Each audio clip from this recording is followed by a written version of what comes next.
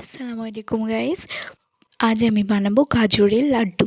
তো প্রথমে 3টে গাজর ছিলে নিয়ে ধুয়ে ভালো করে গুঁড়ো করে নিলাম এবং গুঁড়ো করার পরে একটা কড়াইয়ের মধ্যে 1 চামচ ঘি দিয়ে গুঁড়ো করা গাজরগুলো ঢেলে দিলাম এবং ভালো করে মিক্সড করে নিলাম। কিছুক্ষণ মিক্সড করার পর স্বাদ অনুযায়ী চিনি দিয়ে আবার মিক্সড করে নেব। তারপরে 2টো এলাচ দিয়ে আবার ভালো করে মিক্সড করে নেব। যখন দেখব জল বেরিয়ে আসছে তখন গুঁড়ো করা কাজু বাদাম এবং গুঁড়ো দুধ দিয়ে আবার ভালো করে মিশিয়ে নেব। তারপরে যখন ব্যাটারটা আঠা আঠা হয়ে লেগে যাবে তখন সেটাকে নামিয়ে নেব।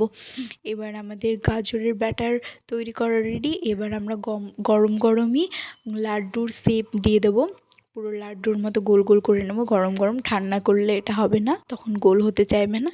গরম গরম করে নেওয়ার পর এখন আমাদের গাজরের লাড্ডু রেডি। তো আপনারা তৈরি করে খাবেন, অনেক টেস্ট। তো বাই।